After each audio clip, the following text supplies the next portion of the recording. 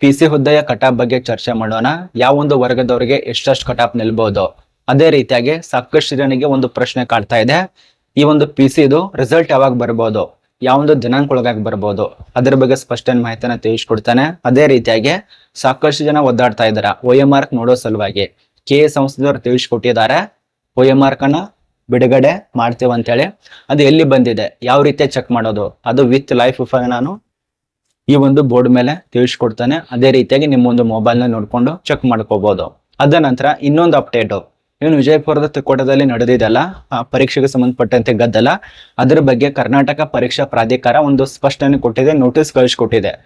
ಅದು ನೋಟಿಸ್ ಅಲ್ಲಿ ಏನ್ ತಿಳಿಸ್ಕೊಟ್ಟಿದ್ದಾರೆ ಅದ್ರ ಬಗ್ಗೆ ಚರ್ಚೆ ಮಾಡೋಣ. ಕೆಲವು ಜನ ಮತ್ತೊಂದ್ಸಲ ಪರೀಕ್ಷೆ ನಡೆಸಿ ಅಂತ ಹೇಳ್ತಿದ್ದಾರೆ, ಲೀಕ್ ಆಗಿದೆ ಅಂತ ಹೇಳ್ತಿದ್ದಾರೆ. ಅದೇ ನಿಜವಾಗಲೂ ಏನಿದೆ ಎಲ್ಲ ಮಾಹಿತಿ ಇರತ್ತೆ, ಕೊನೆತನಕ ನೋಡಿ. ಬನ್ನಿ, ಮೊದಲನೇದಾಗಿ ಈ ಒಂದು ಕಟಾಪ್ ಬಗ್ಗೆ, ಪಿಸಿದು ಎಷ್ಟೆಷ್ಟು ಕಟಾಪ್ ನಿಲ್ಬಹುದು. ಯಾರ್ಯಾರು ಹೊಸ ನೋಡತ್ತಿರಲ್ಲ ಫಾಲೋ ಮಾಡ್ಕೊಳ್ಳಿ, ಸಬ್ಸ್ಕ್ರೈಬ್ ಮಾಡ್ಕೋಬಹುದು. ಮತ್ತೆ ನಿಮ್ಮ ಅನಿಸಿಕೆ ಕಮೆಂಟ್ ಮಾಡಿ, ನಿಮಗೋಸ್ಕರ ಓಪನ್ ಮಾಡಿದ್ದೇವೆ. ಇದು ನಾನು ಹೇಳ್ತಾ ಇರೋದು ಒಂದು ಅಂದಾಜಿನ ಮೇಲೆ ಇಷ್ಟಿಷ್ಟು ನಿಲ್ಬಹುದು ಅಂತ ಹೇಳಿ. ಇದೊಂದು ಅರ್ಥ ಮಾಡ್ಕೊಳ್ಳಿ. ಒಂದೆರಡು ಮಾರ್ಕ್ಸ್ ಹೆಚ್ಚಿನ ಆಗ್ಬೋದು, ಅಥವಾ ಒಂದ್ 2 ಮಾರ್ಕ್ಸ್ ಕಡಿಮೆ ಆಗ್ಬೋದು, ಅಥವಾ 3-4 ಮಾರ್ಕ್ಸ್ ಹೆಚ್ಚಿನ ಆಗ್ಬೋದು, ಕಡಿಮೆ ಆಗ್ಬೋದು. ಇದೊಂದು ಅರ್ಥ ಮಾಡ್ಕೊಳ್ಳಿ. ಇಲ್ಲಿ ಮೊದಲನೇದಾಗಿ ಬರುವಂತವ್ರು ಎಕ್ಸ್ ಸರ್ವಿಸ್ ಮಂದವರು. ಇಲ್ಲಿ ಕಡಿಮೆ ಇದ್ದಂತ ವ್ಯಕ್ತಿದಿಂದಾನೇ ಜಾಸ್ತಿ ಇರುವಂತ ವ್ಯಕ್ತಿ ತನಕ ಹೇಳಿರೋದು. ಇಲ್ಲಿ ನೋಡಿ, ಎಕ್ಸ್ ಸರ್ವಿಸ್ ಮಂದವರಿಗೆ 25% ಇಂದ 40, 35, 60 ತನಕ ನಿಲ್ಲುವಂತ ಸಾಧ್ಯತೆ ಇದೆ. ಇದು ಎಕ್ಸ್ ಸರ್ವಿಸ್ ಮಂದವರಿಗೆ ಸಂಬಂಧಪಟ್ಟಂತೆ ಮಾಹಿತಿ. ಅದ ನಂತರ ಕ್ಯಾಟಗರಿ 1ಕ್ಕೆ ಸೇರಿದವರಿಗೆ, ಈ ಒಂದು ವರ್ಗದ ಅಭ್ಯರ್ಥಿಗಳಿಗೆ ಸುಮಾರು 50% ಇಂದ 55% ಆಗ್ಬೋದು, 60% ಆಗ್ಬೋದು, 70% ತನಕ ಈ ಒಂದು ಸಿವಿಲ್ ಪೊಲೀಸ್ ಕಾನ್ಸ್ಟೇಬಲ್ ಕಟಾಪ್ ನಿಲ್ಲುವಂತ ಸಾಧ್ಯತೆ ಇದೆ. ಅದ ನಂತರ ಇನ್ನೊಂದು ಎಸ್ಟಿ ಕ್ಯಾಟಗರಿದವರಿಗೆ ಸುಮಾರು 60ರಿಂದ 75% ವರೆಗೆ ಕಟಾಪ್ ನಿಲ್ಲುವಂತ ಸಾಧ್ಯತೆ ಇದೆ.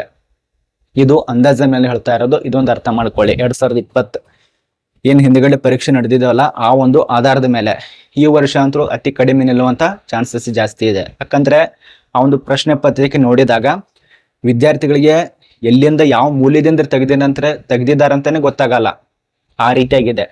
ಅದ ನಂತರ SC ಕ್ಯಾಟಗರಿದವರಿಗೆ 58ರಿಂದ 65, 70 ತನಕ ನಿಲ್ಲುವಂತ ಸಾಧ್ಯತೆ ಇದೆ. ಅಂದ್ರೆ ಇದು ಗರಿಷ್ಠ, ಇದು ಕನಿಷ್ಠ. 55 ನಿಲ್ಬಹುದು ಅಥವಾ 60 ನಿಲ್ಬಹುದು, ಈ ರೀತಿಯಾಗಿ. ಅದ ನಂತರ 2A ದವರಿಗೆ 60ರಿಂದ 70 ಆಸ್ಪಾಸ್ ನಿಲ್ಲುವಂತ ಸಾಧ್ಯತೆ ಇದೆ. ಮತ್ತು 3A ವರ್ಗದವರಿಗೆ 65ರಿಂದ 75, 80 ತನಕ ನಿಲ್ಲುವಂತ ಸಾಧ್ಯತೆ ಇದೆ. ಅಂದ್ರೆ ಗರಿಷ್ಠ ಕನಿಷ್ಠ. ಇನ್ನು 3B ದವರಿಗೆ ಸುಮಾರು 62, 65ರಿಂದ 70 ನಿಲ್ಲುವಂತ ಸಾಧ್ಯತೆ ಇದೆ. ಅದ ನಂತರ 2B ದವರಿಗೆ 62ರಿಂದ 75, 70 ತನಕ ನಿಲ್ಲುವಂತ ಸಾಧ್ಯತೆ ಇದೆ. ಅದ ನಂತರ GM ದವರು, ಇವರಿಗೆ ಜಾಸ್ತಿ ನಿಲ್ಲತ್ತೆ. ಇದೊಂದು ಅರ್ಥ ಮಾಡ್ಕೊಳ್ಳಿ. ಇವರಿಗೆ 70 ಆಗ್ಬಹುದು, ಅಥವಾ 75, 80 ಅಥವಾ 90 ತನಕ ಕೂಡ ಹೋಗ್ಬಹುದು. ಆ ರೀತಿಯ ಕಾಂಪಿಟೇಷನ್ ಇದೆ. ಇದು ಕಟಾಪ್ ಬಗ್ಗೆ ಮಾಹಿತಿ. ಇನ್ನು ಎರಡನೇದಾಗಿ ರಿಸಲ್ಟ್ ಯಾವಾಗ ರಿಲೀಸ್ ಮಾಡಬಹುದು. ಸಾಕಷ್ಟು ಜನ ಕೇಳುವಂತ ಪ್ರಶ್ನೆ, ಯಾವಾಗ ರಿಸಲ್ಟ್ ಅನ್ನ ರಿಲೀಸ್ ಮಾಡಬಹುದು. ಪಿಸಿ ಇದು ನನಗನ್ಸೋ ಮಟ್ಟಿಗೆ ಇನ್ನು ಸ್ಪಷ್ಟ ಎಲ್ಲಿ ದಿನಾಂಕ ಮೆನ್ಷನ್ ಆಗಿಲ್ಲ. ಈ ಒಂದು ಆಗಸ್ಟ್ 15ನೇ ತಾರೀಕು ಮುಂಚಿತವಾಗಿ ಆಗ್ಬಹುದು, ಅಥವಾ 20ನೇ ತಾರೀಕು ಮುಂಚಿತವಾಗಿ ಈ ಒಂದು ರಿಸಲ್ಟ್ ಅನೌನ್ಸ್ ಆಗುವಂತ ಸಾಧ್ಯತೆ ಇದೆ. ಇದೊಂದು ಅರ್ಥ ಮಾಡ್ಕೊಳ್ಳಿ. ಹಾಗೇನಾದ್ರೂ ಸ್ಪಷ್ಟನೆ ದಿನಾಂಕ ಬತ್ತಂದ್ರೆ ನಾನು ನಮ್ಮ ಒಂದು ಟೆಲಿಗ್ರಾಮ್ ಗ್ರೂಪ್ ನಲ್ಲಿ ಕೊಟ್ಟಿರ್ತೇವೆ, ಚೆಕ್ ಮಾಡ್ಕೊಳ್ಳಿ. ಸಾಕಷ್ಟು ಜನ ಅಲ್ಲಿ ಪ್ರಶ್ನೆ ಕೇಳ್ತಾ ಇದ್ದೀರಾ, ಅದಕ್ಕೆಲ್ಲ ಉತ್ತರ ಅಲ್ಲೇ ಕೊಡ್ತಾ ಇದ್ದೇನೆ. ಅಲ್ಲಿ ಕೂಡ ನೀವು ಮೆಸೇಜ್ ಮಾಡಬಹುದು ಡೈರೆಕ್ಟ್ ನನಗೆ. ಇದೊಂದು ಅರ್ಥ ಮಾಡ್ಕೊಳ್ಳಿ. ಅದ ನಂತರ ಇನ್ನೊಂದು OMR ಎಲ್ಲಿ ನೋಡೋದು ಗೊತ್ತೇ ಆಗ್ತಾ ಇಲ್ಲ, ಇದು ಕೇಳ್ತಾ ಇದ್ದಾರ. ಹೆಂಗ ನೋಡೋದು, ಯಾವ ರೀತಿ ನೋಡೋದು ಅಷ್ಟೇ ತಿಳಿಸ್ಕೊಡ್ತಾನೆ. ನಿಮ್ಮ ಹೆಸರುಗಳು ತಿಳ್ಸಕ್ ಹೋಗಲ್ಲ. ಅದು ಯೂಟ್ಯೂಬ್ ಪ್ರಕಾರ ಗೈಡ್ಲೈನ್ಸ್ ಪ್ರಕಾರ ಅದು ಉಲ್ಲೇಖನ ಆಗತ್ತೆ, ಎಲ್ಲಿ ಯಾವ ರೀತಿಯಾಗಿ ಅಷ್ಟೇ ನೋಡಿ. ಮೊದಲನೇದಾಗಿ ನಿಮ್ಮ ಒಂದು ಯಾವ್ದಾದ್ರು ಕ್ರೋಮ್ ಓಪನ್ ಮಾಡ್ಕೊಳ್ಳೋದು, ಯಾವ್ದಾದ್ರು ಒಟ್ಟಾರೆ ಕ್ರೋಮ್ ಅಥವಾ ಬ್ರೌಸರ್ ಓಪನ್ ಮಾಡ್ಕೊಳ್ಳಿ. ನಾನು ಯಾವ್ದಾದ್ರು ಒಂದು ಓಪನ್ ಮಾಡ್ತಾ ಇದ್ದೇನೆ. ಇಲ್ಲಿ ಮೊದಲನೇ ಎಲ್ಲೆಂಡು ಗೂಗಲ್ ಓಪನ್ ಮಾಡಿದ್ದೀನಿ, ಅದರಲ್ಲಿ OMR ಅಂತ ಸರ್ಚ್ ಮಾಡಿ. KOMR ಅಂತ ಸರ್ಚ್ ಮಾಡಿ. ಈ ರೀತಿಯಾಗಿ ಪೇಜ್ಗಳು ಓಪನ್ ಆಗತ್ತೆ. ಸಾಕಷ್ಟು ಪೇಜ್ ಬರ್ತವೆ, ಅಲ್ಲಿ ಬೇರೆ ಕಡೆ ಟೆನ್ಷನ್ ತಗೋಬೇಡಿ. ಇಲ್ಲಿದೆ ನೋಡಿ, ಇಲ್ಲಿ ಮೊದಲನೇ ವೆಬ್ಸೈಟ್ ಕರ್ನಾಟಕದ ಪರೀಕ್ಷಾ ಪ್ರಾಧಿಕಾರ ಅಧಿಕೃತ ವೆಬ್ಸೈಟ್. ಸಾಕಷ್ಟು ಜನ ಇಲ್ಲಿ ಏನ್ ಅನ್ಕೊಂತೀರಾ ಅಂದ್ರೆ 2025 ಕೊಟ್ಟಿದಾರಲ್ಲ, ಅದು 2025 ಹೋದ ವರ್ಷದಿದೆ, ಅಚ್ಚು ವರ್ಷದಿದೆ ಅಂತ ಹೇಳಿ ಅದ್ರ ಮೇಲೆ ತುಂಬಾ ಜನ ನೋಡ್ತಾನೆಲ್ಲ. ಆಕ್ಚುಲಿ ಅದರಲ್ಲಿ ಇದೆ ಅದು. ಇದ್ರ ಮೇಲೆ ಕ್ಲಿಕ್ ಮಾಡಿದ್ರೆ ಸರ್ವರ್ ತುಂಬಾ ಸರ್ವರ್ ಹೋಯ್ತಾ ಇದೆ, ಈ ರೀತಿಯಾಗಿ ಆಗ್ತಾ ಇದೆ. ಇದರಲ್ಲಿ ಕ್ಲಿಕ್ ಮಾಡ್ಕೊಳ್ಳಿ. 4 ಸಲ ಈ ರೀತಿಯಾಗಿ ಮಾಡ್ಕೊಳ್ಳಿ. ಬಂತ ನೋಡಿ, ಒಂದ್ 2-3 ಸಲ ಈ ರೀತಿ ರೀಪ್ರೇಸ್ ಮಾಡ್ಕೊಳ್ಳಿ, ತಾನಾಗೆ ಬರತ್ತೆ ಅದು. ನೋಡಿ ಇಲ್ಲಿ ನೋಡಿ ಕೊಟ್ಟಿದ್ದಾರೆ ನೋಡಿ 2/8/2026 ನೀವೇನ್ ಪರೀಕ್ಷೆ ಬರ್ದಿದ್ದಾರಲ್ಲ ಕೆ ಅದು ಕೂಡ ಆಗಿದೆ. OMR ಅದ ನಂತರ ಸಿವಿಲ್ ಪೊಲೀಸ್ ಕಾನ್ಸ್ಟೇಬಲ್ RPC ಇದೆ 2/8/2026 ಅದು ಕೂಡ ಕೊಟ್ಟಿದ್ದಾರೆ. ಇಲ್ಲಿ ನೋಡಿ ಈ ರೀತಿಯಾಗಿ ಕ್ರಾಶ್ ಆಗ್ತಾ ಇದೆ. ಒಂದ್ ನಿಮಿಷ ಡೈರೆಕ್ಟ್ ಆಗಿ ಹೇಳ್ತೇನೆ, ಆ ರೀತಿ ಮಾಡ್ಕೊಳ್ಳಿ. ಈಗ ಕೆಲವು ಹಂತವಾಗಿ ಜಿಲ್ಲೆ ಪ್ರಕಾರ ರಿಲೀಸ್ ಮಾಡ್ತಾ ಇದ್ದಾರೆ. ಕೆಲವು ಜಿಲ್ಲೆದು ಬಿಡುಗಡೆ ಮಾಡಿದ್ದಾರೆ, ಇನ್ನು ಕೆಲವು ಜಿಲ್ಲೆದು ಇನ್ಮೇಲೆ ರಿಲೀಸ್ ಮಾಡ್ತಾ ಇದ್ದಾರೆ. ಇಷ್ಟೇ ಇದರ ಬಗ್ಗೆ ಮಾಹಿತಿ, ನೀವೇ ಚೆಕ್ ಮಾಡ್ಕೊಳ್ಳಿ.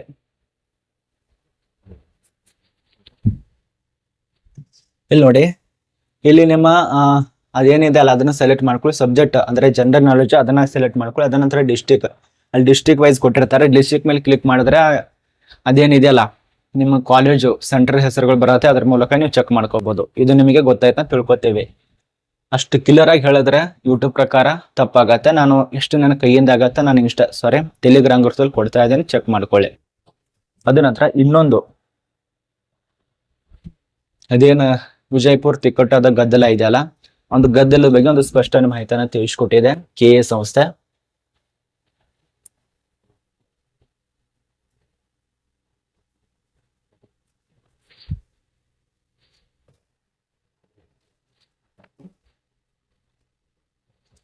ಇಲ್ಲಿ ನೋಡಿ, ನಿನ್ನೆನೆ 2ನೇ ತಾರೀಕೆ ಈ ರೀತಿಯಾಗಿ 1 ಗಂಟೆಯಿಂದ ಸ್ಟಾರ್ಟ್ ಆಯ್ತಲ್ಲ, ಸಾಯಂಕಾಲನೇ ಇದು ಪ್ರಕಟ ಮಾಡಿದ್ದಾರೆ.